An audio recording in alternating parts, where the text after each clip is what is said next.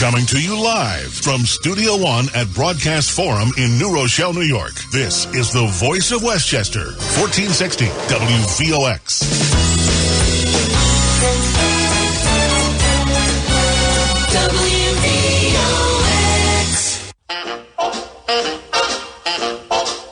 Oh, we ain't got a barrel of money.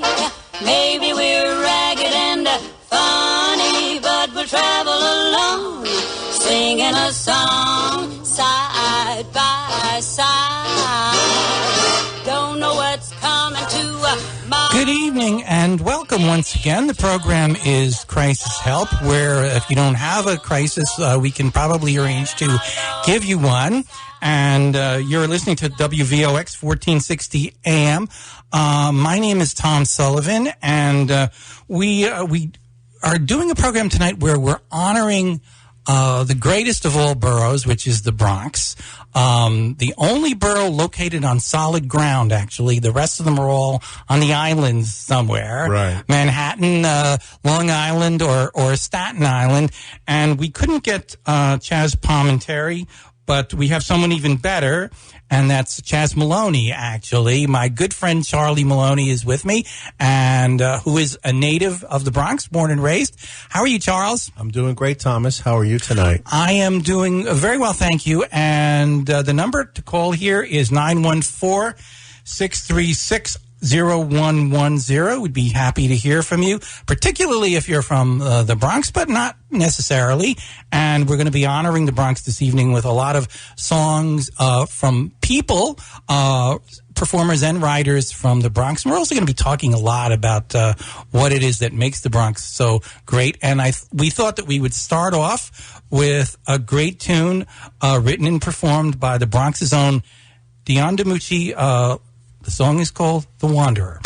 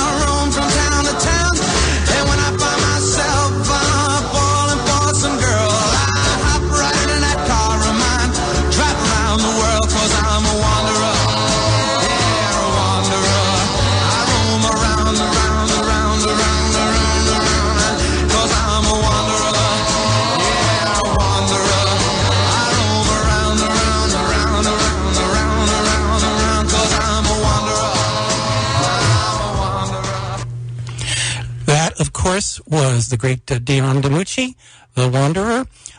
Great song that he wrote as well as performed. And, of course, Charlie, you can talk more about this than I could, but the name, the Belmonts, Dion and the Belmonts, they were from Belmont Avenue. Right, Dion and the Belmonts. Now, I can't say for sure, but it's probably like 187th Street, but, you know, I'm sure people will get angry with me if they're from 183rd What do you Street. mean? You know, exactly. What's wrong with you?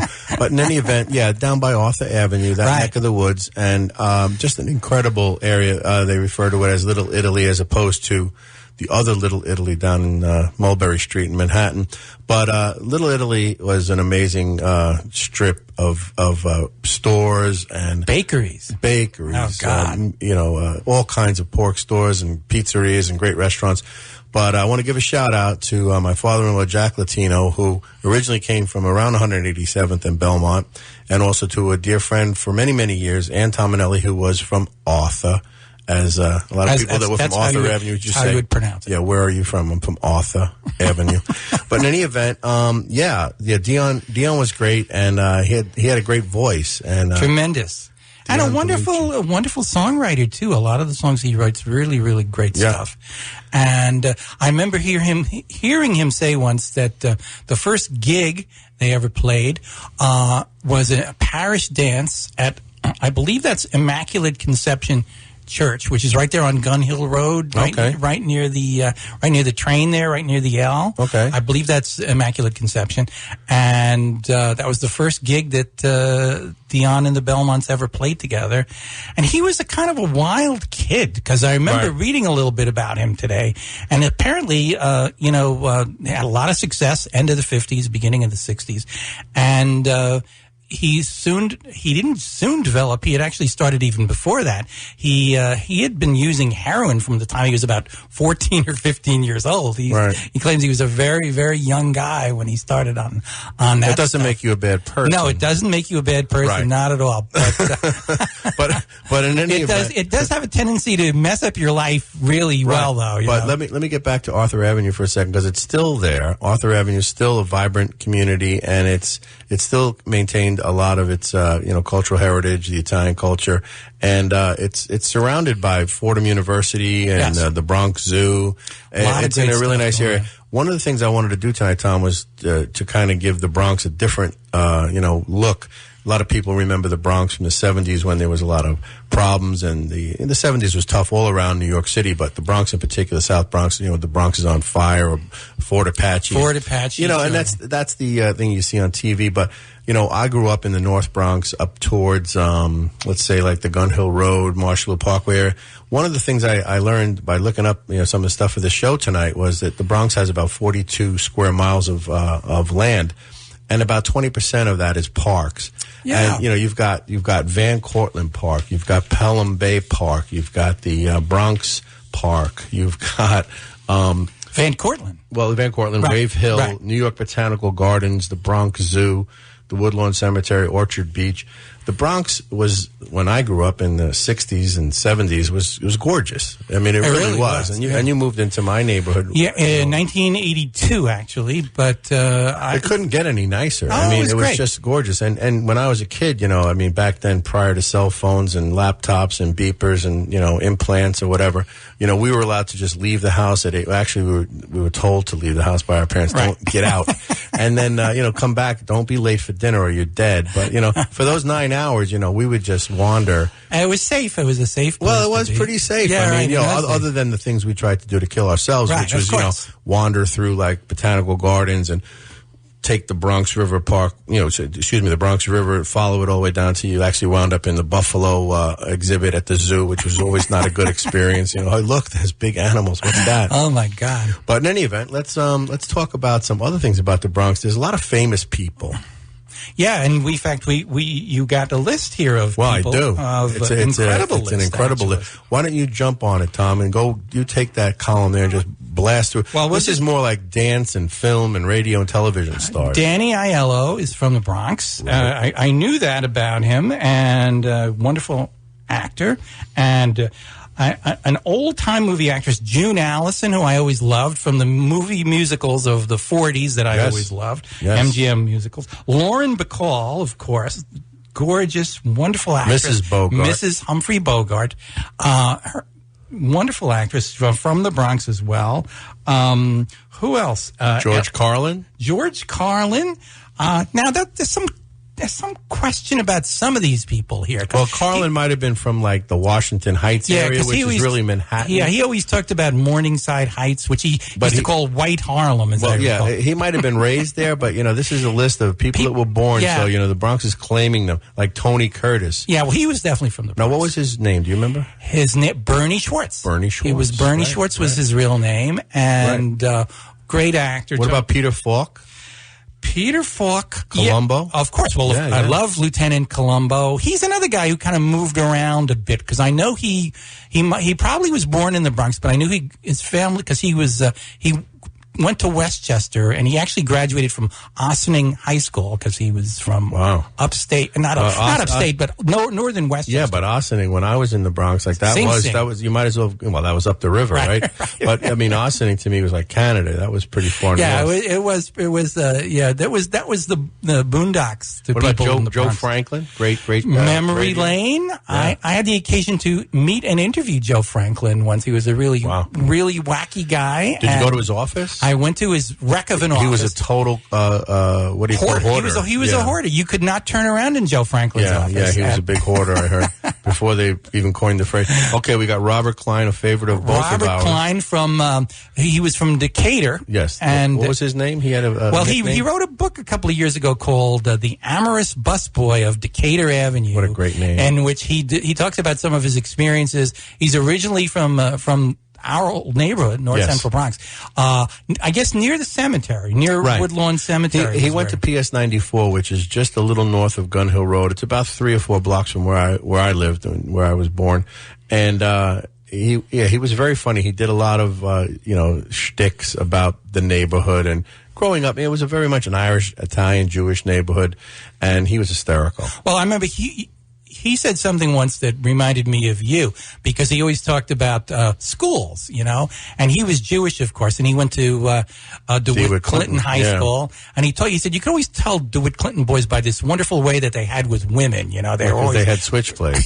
So I remember. And you said the same thing about guys from St. Nicholas of Tolentine. They were a little hipper, a little cooler. Well, yeah, and I think we talked about that earlier today when we were talking about the program. I mean, there were different neighborhoods in the Bronx. Parishes, correct. Yes. And some of them were a little bit more, on the rough edge, and some of them were a little bit more tame.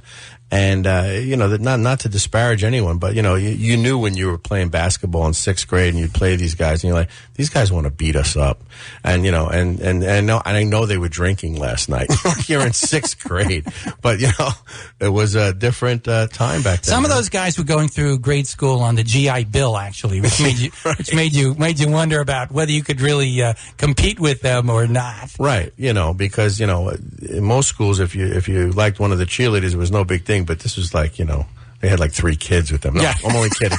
But there are some other people here real quick. It's Stanley Kubrick, a great film director. Wonderful director. And then the next name that I had there was Linda Lovelace. Ah, yes, Linda Lovelace. We're going to let that go. Yes, we could talk about Linda. But, now, real quick, we do want to talk about the next 2, Gary and Penny Marshall. Oh, yeah, we've talked about them before. Right. They were from the Grand Concourse. The Grand Concourse, which, for people who don't know, was modeled after the Champs-Élysées in same Paris. Architect, correct. The 8 lanes, 8 different lanes. And the Marshalls, they were later, actors and directors, and they created the Happy Days, and we talked about this. Movies, Pretty Woman, Gary Marshall directed. He's a fabulously he was also in Lost in America, one of my favorite movies with Albert Brooks. Albert Brooks. He was the head of the nightclub. And he got his start. One of his first jobs was writing for the Dick Van Dyke Show, which is your hero. Holds a special place in my heart. Which is why we're in New Rochelle right now. Yes, I wanted the patron saint of comedy writers, of course, is Rob Petrie, who lived in New Rochelle, and so I always wanted to live in New Rochelle because I always wanted to be Rob. So, right, but admit to the audience right now, Tom, you actually went to the house that was Rob's house? Absolutely, on Bonnie Meadow Road. Right. And I met the owners, Jerry and Allison Adler, live in the house. It was actually Carl Reiner's house. Originally, and right. Carl, because he lived in New Rochelle, and he gave his old house to the Petries. He gave them his old address. Right. And so, of course, I went and stalked it out. And Nice. Yes, and, Nice. the police were called, but they were very nice. No, but you have that a lot of, you have that experience. Well, let me keep going. There's Sal Mineo, great actor. Yes, a rebel without a cause. Right, and then I'm going to keep moving down the list. Carol O'Connor, Archie Carol Bunker. O'Connor lived apparently in the Bronx briefly. Jerry Orbach. Jerry Orbach from Law and Order, who is also, a lot of people don't know this, he was also a great Broadway song and dance man. A lot of people don't know that about Jerry Orbach. Oh, I do, yeah. He was in the Fantastics, down on Sullivan Street for many years. Yes. Let's see who else we got here. Some good ones. Chaz Palminteri, Regis Philbin. A lot of people know about Regis because he talks about it a lot. He went to Cardinal Hayes. He's a big supporter of Cardinal Hayes. Huge supporter of Cardinal Hayes. And I hated Cardinal Hayes, but that's all right. Well, you went to Spelman, right? Right. So there's always a rivalry between Spelman and Cardinal Yeah, it was Hayes. more than that. It was more than a rivalry. I mean, I had it was a rivalry. But anyway, then there's Carl Reiner and Rob Reiner, not to be outdone by the Penny and Gary Marshall. Yes. But they were all from that neighborhood. So a lot of comedy came out of that North Bronx neighborhood where we were. And Penny and Gary Marshall, their mother was a dancer, and she had a dance studio in the basement of their apartment building in Marshallou neighborhood where they lived. Right where Marshallou met the Grand Concourse. Right, exactly. And she taught dancing to kids in the basement of her apartment building. And that's how Penny got started as a dancer. I think we want to go to another song at this point, and we're going to be talking about another Bronx boy who recorded a very famous song, and that's Bobby Darin, and the song that is most closely associated with him, which is Mac the Knife. Just a second. Bobby Darin, whose real name was Walden Robert Casotto. Get out of town. That was his real name. Really? Walden Robert Casotto. One thing about him is I believe that he was the one guy that Frank Sinatra felt might eclipse him in terms of as a star. I heard that. A singer. And we got it. Right now we're going to hear Mac the Knife. Oh, the shark bait has such teeth there, and it shows them pearly white. Just a jackknife has old Maggie bait, and it keeps it out of sight. You know when that shark bites with his teeth, baby, scarlet billows start to spread. Fancy gloves, though, wears old Maggie babe, so there's never a trace of red. Now on the sidewalk, ooh, Sunday morning, lies a body just oozing life.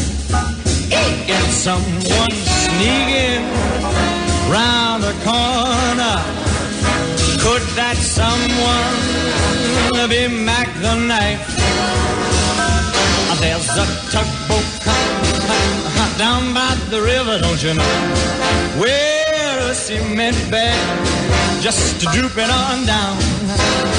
Oh, that cement is just, it's there for the weight to dare. 5 will get you 10 old Mackies back in town. Not you hear about Louis Miller? He disappeared, babe, after drawing out all his hard-earned cash. And now Maggie spins just like a shell. Could it be our boy's done something rash? Yes, sweet Tawdry, ooh, Miss Lotta Lenya, and Lucy Brown. Oh, the line forms on the right, babe. Now that Maggie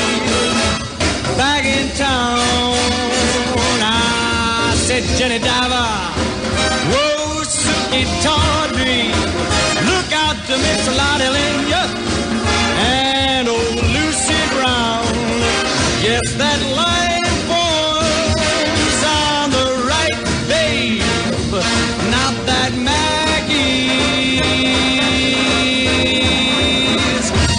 back in town.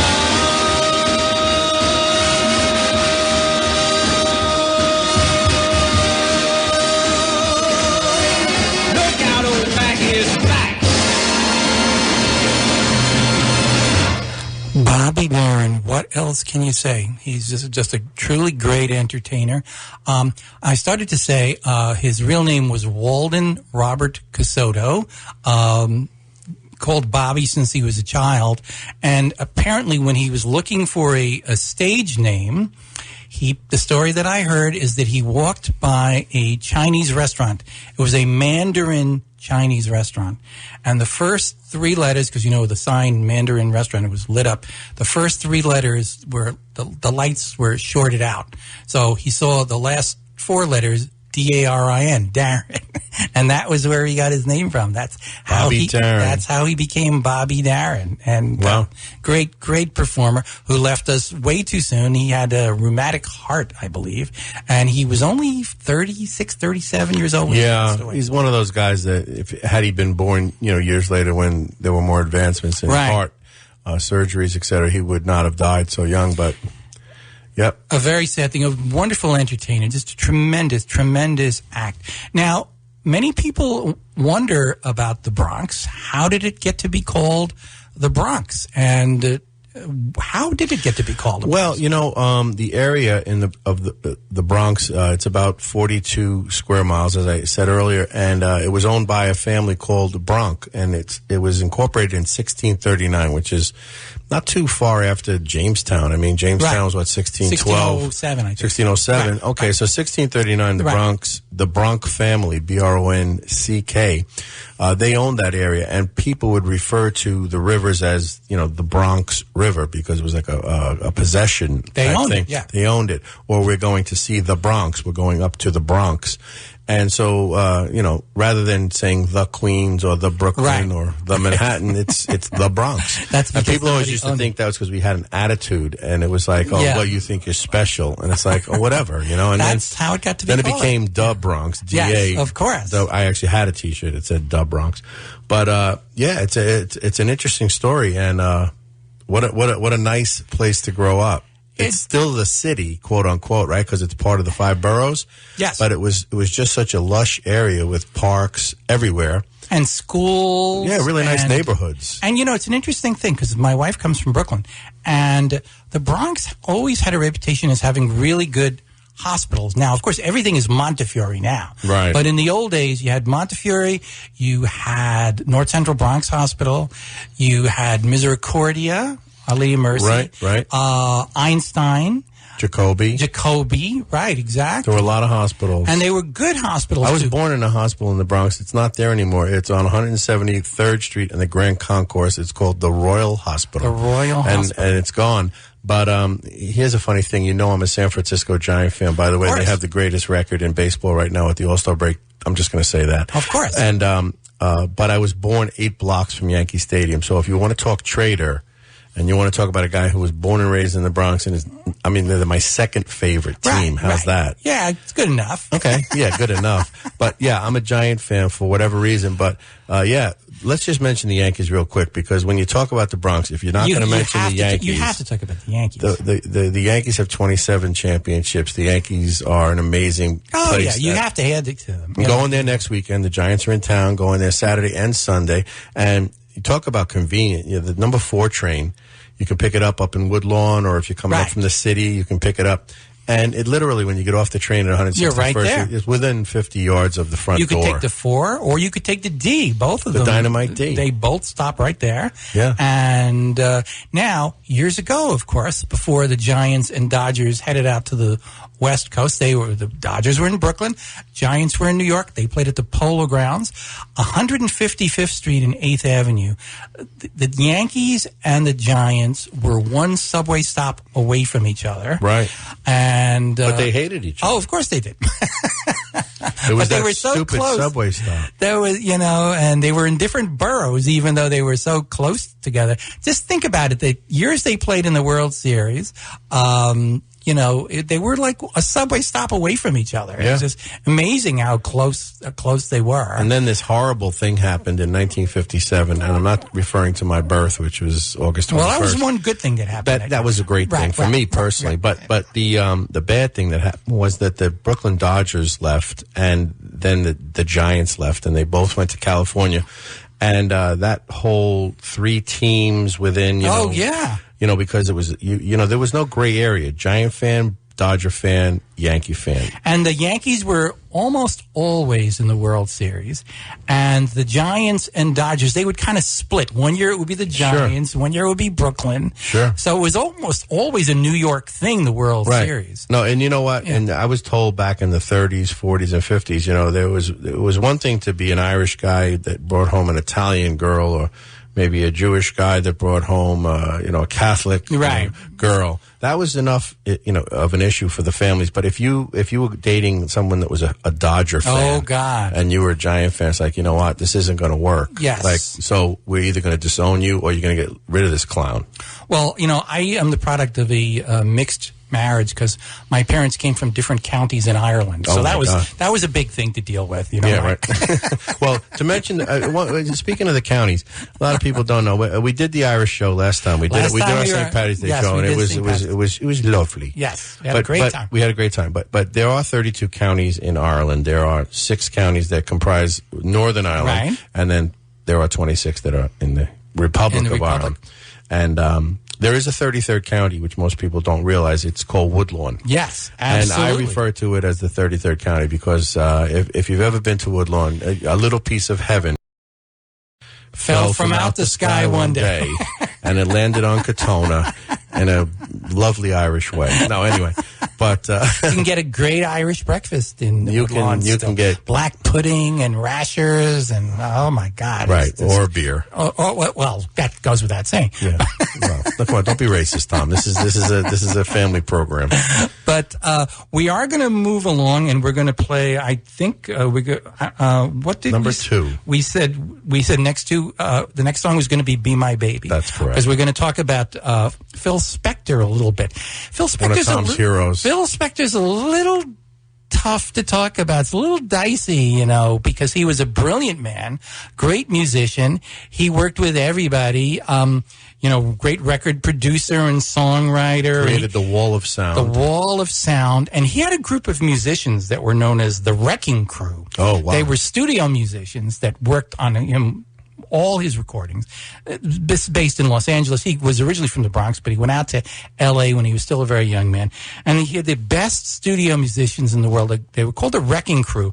And it was Leon Russell on keyboards, Glenn Campbell on guitar. A lot of people don't know. Glenn Campbell was one of the greatest guitar players ever. He was. And he was a Beach Boy, by the way. He was, yeah. When Brian Wilson had lost some his problems, mind? yes. Oh, well, don't say. Well, yeah, lost his mind. Whatever. He was a little nervous. He was high strung. Brian was high strung. As we say in Ireland, there's no such thing as mental illness. You're just a little nervous. He was a lovely man, except for the one fault. Yeah, right. Okay. Brian had some issues, but they brought in Glenn. Glenn came in and played bass for the Beach Boys for a while, and just a tremendous musician. Who else was in the Wrecking Crew? Hal Blaine. Hal Blaine is a great drummer who has worked with everybody, Sinatra and, all the bands, Righteous Brothers, and Phil Spector produced the Righteous Brothers, by the way, as well. So let's just go to it. So we're going to go and we're going to play one of he's famous for his girl group stuff. And one of the most famous records, of course, was Be My Baby, which I believe is the Ronettes. Ronnie Spector was married to Phil Spector. Lucky girl. And yes, you can imagine. At one point, they got divorced and they had some alimony issues, and he took care of that. Well, you know what happened? Apparently, at one point, he was told he had to give her like $50,000. Yeah, right. So he arranged. I don't know how he was able to do this.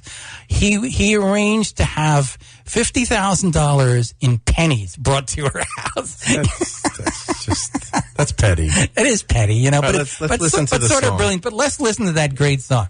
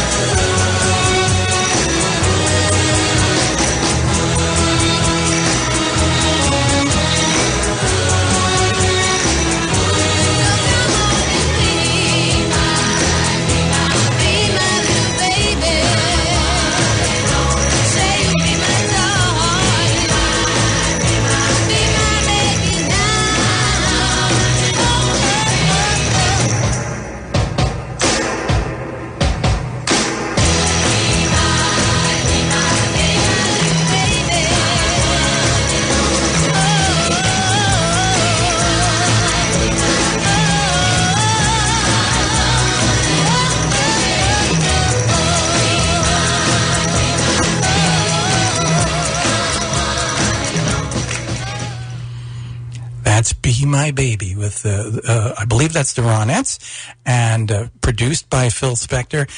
Yeah, Phil, what can I say about Phil? Maybe the less said, the better. He was an incredibly talented musician. He worked with the Beatles a lot. He produced... what was that album? The Let It Be album, the final Beatle album to be released. It was the only Beatle album that George Martin did not produce. And it was a mess. You remember they recorded this album and they were fighting constantly. And Which people, one? What album is it? This is Let It Be. Oh, okay. But they did the album and they were not happy with it. And, people kept quitting. At one point, Ringo walked out for a while. That's why McCartney plays the drums on a couple of those cuts. Yeah, Paul was a good drummer. And Harrison quit at one point. That's why Lennon actually plays lead on a couple of those instead of Harrison. But it was a real mess, and they weren't even going to release it. And then they ended up doing Abbey Road afterwards. Right. George Martin came back to do Abbey Spector Road. got involved? But what happened was, the last album that they recorded was Abbey Road, right. and it was released in the fall of '69. But they still had this unfinished album, and they didn't know what to do with it. George Martin didn't want anything to do with it, and they called in Phil Spector, and he came in and took these tapes that they had recorded that they didn't think were even usable, and he made an album out of it, and it was the last album released by the Beatles, and it was a good album actually. And McCartney hated it because he didn't like Phil Spector and he didn't like what Spector did with it, but I thought he did a good job actually. Well, the Ramones also got talked into bringing Phil Spector into one of their albums. Right. I think it was the end of the century or whatever, Rock and Roll High School maybe. I think it was Rock and Roll High School. And he pulled a gun on them, I believe. Yeah, he wouldn't let them out of his house. He was a nut job. And Johnny Ramone didn't take any of that crap from anybody. He was like, I'm leaving. I don't really shoot me. I don't care. And but what he also did was he coddled Joey because Joey had a really good voice, and right. Joey was able to sing really. Phil made Johnny do like one chord like 55 times, and Johnny was about to just break the guitar. Okay, we do. We might have a caller calling in. Let me see. His name is Russell Velasquez, a very good friend of mine. Met him in 1972 in Cardinal Spellman in Mr. Magoos' Spanish class. Russell, are you on the line? I am on the line. Wonderful. Hey, Russell, I want to introduce you to Tom Sullivan, who's my partner here tonight. Hello, Russell. How are you? I'm all right, Tom. How you doing, man? I'm fine. Thank you for being here with us. I understand you're quite the wrecking crew yourself as far as musicians go. Well, I've had the fortunate opportunity to work with a lot of great people. I've just done a lot of session work over the years, worked with a lot of great musicians and singers and engineers and producers, and currently I'm touring with the Hitmen, a bunch of guys that played with a bunch of great people themselves, like the Four Seasons and Carly Simon and Tommy James and people like that. So I was telling Tom a little bit about the Hitman. I said, 3 or 4 nights a week you guys tour, and then the other 3 nights you do, jobs for. They're professional hitmen. They kill people for a living. Well, we don't want to admit that on the radio, but right. But the concept. I plead the fifth. No, Russ, the concept of the Hitmen is great because these are guys that were actually in Frankie Valli and in the Tommy James band. Yeah. We're guys that were in we were actually in the band. So people say, "Oh, you're a tribute band." Like, no, we're not a tribute band. We have to constantly explain it, but. So we got behind-the-scenes stories, so it kind of makes it a little extra special for people to come see us. And the people that come, they love it, Well, yeah, they grew up on that music, and you probably have a lot of young girls there throwing bras at you, like, no? Not quite. It's so tough. Not quite. Yeah, no. Somebody's got to do it. They're a little bit older these days, and I don't even anyway. They throw support hose at you, right? So Russell told me the other night he had to sign somene's hip cast. I don't know what that was all about. Yeah, well, But, could you autograph my discreet pocket catheter? Or how about your AARP magazine? Let me do that. Well, let me put it this way: we recently were on the cover of the magazine called Autumn Years. Oh, nice. Okay. That's great. Right. So very proud of that. That's nice. Well, but prior to that, Russ, you're a lifelong Bronx guy because when I first met you, we went to Spellman. Right. We went to Spellman. I used to. That's right. I go over your house. Stores on Crotona Avenue, 182nd Street. A couple blocks from where Dion was. On the Belmonts. Right. I lived on Arthur Avenue. Oh God. Bronx Park East. Then Bronx. Well, down in Clinton Avenue also, and also in Bronx. On Bronx Boulevard. Bronx Boulevard, right off the Bronx Parkway. Road. Right. Just north of Gun Hill Road, So I've been a Bronx boy, Then when Russell started to build a family of he's got 5 daughters and 1 son, big family. A lot of weddings to pay for. Yeah. Wow, Tom, you really know how to hurt a guy. But anyway, wait. Russell bought a beautiful home up in the Riverdale section, that tough. I always say Riverdale's the gritty Bronx streets with a schmear, Okay. It's a nice neighborhood. And he never really left the Bronx. He got close. He was probably about 3 blocks away from the Westchester border, but he came back. He slingshotted back. They keep. What do they say in The Godfather? They keep calling me back. They keep pulling me back in. They keep pulling me back in. So but Russell and I literally have been friends for about 44 years. Oh my God. Yeah. Real long time. But we've been great friends, and I always kid around because we met in Spanish class, and I said, we're both out of 8th grade at the time, and here they are trying to teach me another language. I'm like, yeah, good luck with that. I can barely speak English. And I said, this guy's but name. Meanwhile, I thought, with a name like Velasquez, I said, this guy's my only shot to pass. Yeah, sounds like he should. Yeah, but he told me, I don't speak Spanish. No, what do you think I'm in Spanish class? So he tried to cheat off me, and with no luck, we both failed. Yeah. But it was okay. It started a wonderful friendship. So now you live in Riverdale still? A little bit south. Yeah. Is it still Riverdale, Russ, where you live? No, I'm in Riverdale. I'm in the Riverdale section of the Bronx. So I call it the Bronx. A lot of people say, "Oh no, we live in Riverdale." Well, do you ever run into like Archie or Jughead or any of the? Yeah, that's right. They came from Riverdale. Veronica, right? No, I haven't seen them. Although I did want to run into Veronica. Betty. You'd like to run into Veronica, huh? I was more of a Betty guy. I was more of a Betty guy myself. Let's do that. Let's do it. You know, who do you like, Betty or Veronica? I know, it's that whole thing. And then there's also Gilligan's Island, you know. Ginger, Marianne, of course, you could right. You know, you go crazy. You know, I was tend to be more Marianne kind of a guy. Everybody likes Marianne, Russ, but let me ask you this. What about Wilma or Betty in the Flintstones? Oh, well, yeah, I was a Wilma girl, girl guy. I remember Howard Stern got very angry when they made the movie of the Flintstones because Rosie O'Donnell played Betty Rubble. That's an insane casting. And Howard was he said Betty Rubble was gorgeous. What do they got Rosie O'Donnell playing Betty Rubble? Yeah. What was that about? That totally ruined it for you, right? That totally ruined it, right? Put like Marissa Tomei or something. Now, of course, while we're on this subject, we gotta, there are Jeannie people and there are Samantha people. What would you say, Russell? Wait, Samantha or who? Jeannie or Samantha? I go Sam. That was a good one. I go Sam. That's a tough one, but I'd have to go Samantha. I absolutely had such a crush on Elizabeth. Oh, my God. Oh, yes. No, we're with you on that. What about this, Russell? What about Samantha or Sabrina?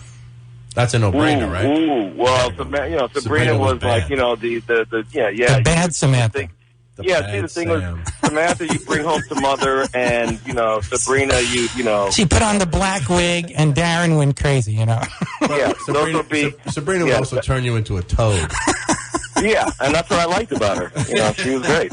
She was great. And then there's also, did you like Morticia Addams or Lily Munster? I think everybody went to Morticia. Yeah, well, there's an interesting thing about the Munsters where a lot of people feel that they are the Marilyn Munster of their family. They're the one who's very different, who didn't fit in, the one normal person in a crazy family, Marilyn Munster. A lot of people feel I was the Marilyn Munster of my family, but people disagree about that. Well, one of them I remember was pretty hot. That was Marilyn. That was Marilyn. They changed her. They changed Lois Lane in the early 2000s. Yeah, they had Pat Priest. Pat Priest was on. I don't remember who the other one was. But this is Russ. You got to know Tom. You got to meet Tom one day. We'll go to Burke's and have brunch one day. He's got this. He's got this memory. Like we used to when we worked together. Like that we lost. No, listen. No, I'm serious. When we used to do trivia, when we worked together 30, 40 years ago, I would say something like, oh, do you remember who was the uncle in My Three Sons? He's like, yeah, Bub, or, Uncle Charlie. Right. And then he goes, do you remember who played the three twins? And I'm like, what are you talking about? Triplets. The actors. He goes, it was Guy Garth and Gunnar Svensson. I'm like, all right, you know what? We're done here. Exactly. No, I know, that's right. You had like My Three Sons, like Uncle Charlie, right? Yeah, but he disappeared. What was the actor's name, though? William Demarest. And of course, Demarest was Charlie. And then before him, there was Bub, who of course was Bill Frawley, Fred Mertz from I Love Lucy. Right. Yeah, Fred Mertz. Yeah. Now I want to ask you something, Russell, because we were talking about Riverdale before, and one of the people that I didn't realize was a Bronxite, came from Riverdale, was actually Carly Simon. And that is right. And our guitar player played with Carly Simon for like 22 years. And she was from Riverdale, and there's also kind of a controversy with Jimmy and myself as to the house, because he can't quite remember the house she used to live in. So I was drive by and try to figure out. But yeah, she grew up here. I met her, but long after she left Riverdale. But I met her a long time ago when Jimmy was working with her. Yep, she's from Riverdale. That is correct. Russell, if you wouldn't mind holding on for a minute or two, we're going to go back and play some music. We're actually going to play some Carly Simon. I think we've got You're So Vain coming up. So, Russell, if you wouldn't mind holding on, we'll get to it. Yeah. Hang tight, Russell. We'll be back. All right, man.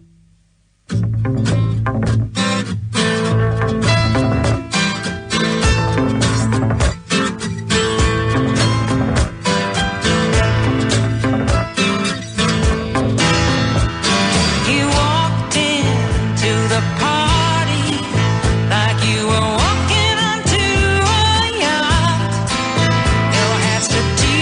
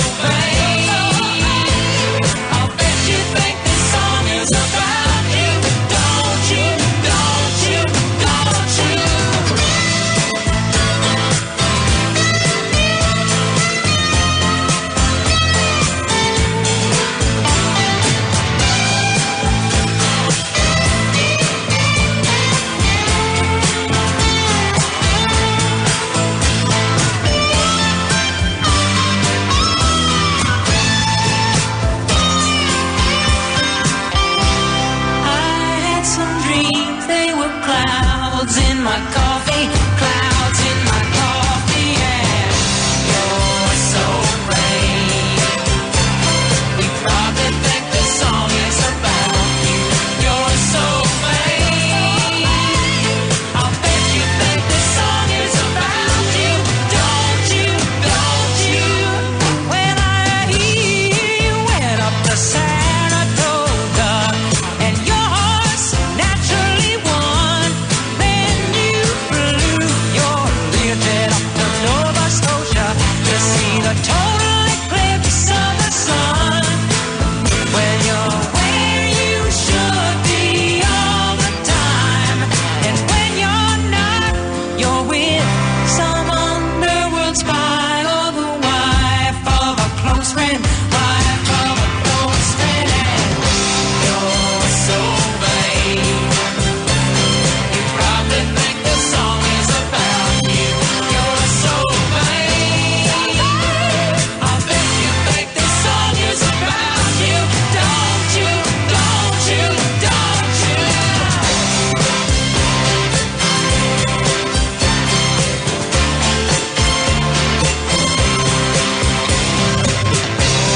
You're so vain.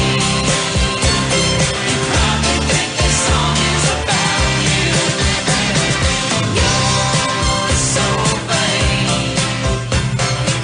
That, of course, is Carly Simon, and probably the song that she's best known for, which is You're So Vain. And you can clearly hear Mick Jagger singing backup on that recording. And there, of course, there's always been speculation, Charlie, as to who is she singing about in the song You're So Vain. Some people think it's Jagger or Warren Beatty. Right. Russ, you on there? Russ? Yeah, I actually know that because she actually came. She told kind of, let the cat out of the bag a few months ago. I think in some magazine, and the speculation was, all those guys, but it was apparently, at least what she admitted was one of the verses is about Warren Beatty. Okay. So one of the verses is one about Warren Beatty. So everybody's trying to figure out, what are who are the other verses about? Some people even think it was David Geffen. Okay. Carly got around. Oh, well. Yeah, she did. She did. Because, as a matter of fact, I think with Mick Jagger, the reason why he's on the record was apparently he was pretty obsessed with her and would hang out when they were recording. So she said, "Why don't you sing this song?" And it might have even been, maybe one of the verses is actually about him. Okay. And she said, "Why don't you? Well, it's about you. You might as well sing it." Of course. And Jagger had a big enough ego that he could enjoy singing a song that makes fun of himself a little bit, Yeah, and then the other thing is then she finally settled down with James Taylor, correct? And that was that was a nice stabilizing influence, right? right, because he was, basically had his demons that he was dealing with. Right. And but that's Sweet baby James. They have a couple of kids. Both musicians. They have a son and a daughter, both of whom are musicians who don't need to worry about money at all. So they can just do whatever they feel like. Apparently, so she was a great artist. So anyway, Russell, I wanted to say a couple more things about your career. When I first met you, it's funny. We were in Cardinal Spellman, and we had a teacher, Mr. Tallarico. And that is correct. Right, Mr. Tallarico told us. Now, Russ was in bands. He was in a band called Jester, and then he was in another great band called the Metro Men. And I love that band. I really believe that should have been a big success. Yes, but in any event, Russell and Tom and some of his friends, Bob, they were really good. And Mr. Tallarico was our piano teacher and music teacher. Nice guy, Uncle Vic. And in any event, that's right, Uncle Vic. Uncle Vic asked everybody one time, "Listen, my son has a band and he's got tickets, and if you guys want to go," everybody's like, "Nah, it's fine, keep them." And he was like, "All right, well, it was Aerosmith." apparently, Tyler's name is Stephen Tallarico. That's his real name, Tallarico, Stephen Tallarico. Right. That was his dad. That's a true story, right, Russ? That Absolutely. It was before the was it something in the attic, Toys in the Attic? Before they, well, he used to bring the first album in with Dream On it. Yeah. And he used to play it for the class, but he blacked out all the lines because I think the liner notes, the Aerosmith was bragging about their drug use and their women conquest or whatever. So he blacked that all out. Right. so that his little high school students wouldn't read that. But yeah, we were kind of like, well, all right. That's all right. Keep it. But yeah. So anyway, and then let's do a shout out to Joe Perry. Hope Joe Perry recovers and he's fine. I hope he feels better. That's great. So Russ, we only have. Let's see, what time is it? Only got a couple of minutes left. Do you want to do any shout outs, Russ? Yeah. You want to do anything as far as Well, I mean, I would love to just say hi to all our buddies. If any of them, if any one of them were listening, I think you're our listener. I think you might be our listener. You never know. Say hello to yourself. No, but seriously, what I will do, Russell, I'll burn a CD so you can listen to this. Yeah, you can put this in your zip car. Every day. I'll just. Exactly. Russell, thank you so much, Russell. We really appreciate you calling in. And one thing, Tom, and look forward to meeting you. And thank you so much. That's great. I love you. But Russell, listen, I love you too. But I want to tell Tom before we go, Russell and I, for whatever reason, we 10 years go by. He calls me 100 times. I never return his calls. But when we do speak, we tend to drop into the Harvey Fierstein voice. Like he'll just leave me a message saying, "Is it wrong that I'm calling? Is it so wrong that I called? Is it wrong? Is it wrong? I just want to have lunch. It's been years, but we can't. Is that so wrong? Is that so wrong? And that's from the Torch Song trilogy. Oh, of course, Harvey Fierstein. I just want to be loved. Is it so wrong? Is that so wrong? All right. Wait, Russell. Wait, don't go yet. Say goodbye. Okay. You know our favorite entertainer from the Rat Pack. Could you just give me a little good night from Sammy? Well, you know that who can make the sun rise? Oh, sprinkle Sammy it Davis, with tears. There you go. All right, buddy. We're going to play a song. Russ, don't hang up because I want you to hear this song. This is a group that was a one-hit wonder from the Bronx, the Blues Magoos. We ain't got nothing yet. Peppy Castor. Dude. That's right, my buddy Peppy Castor. Dude, we're playing it right now. So Excellent. Good night. You ready? All right, Russell.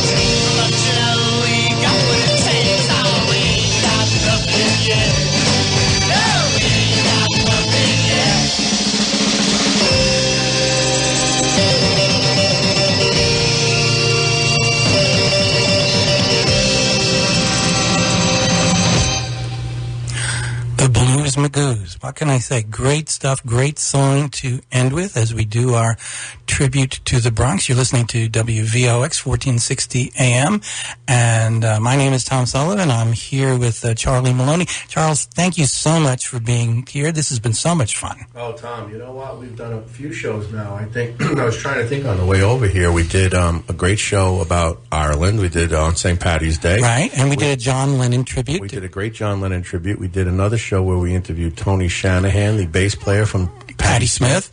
And then we did one show in the beginning. We just ran around the bases, kind of. You and I talking about our friendship and that we hadn't seen each other. Yes, and a long time ago, caught up with each other once again, and so this has been a real trip, and we hope you've all enjoyed our little musical trip to the Bronx, and go on down there, go into Rory Dolan's and have a drink, and or many of the other places in the Bronx. It's just a great place to be. So good night, everybody, and good night to the beautiful Bronx. We'll see you next time. Take care.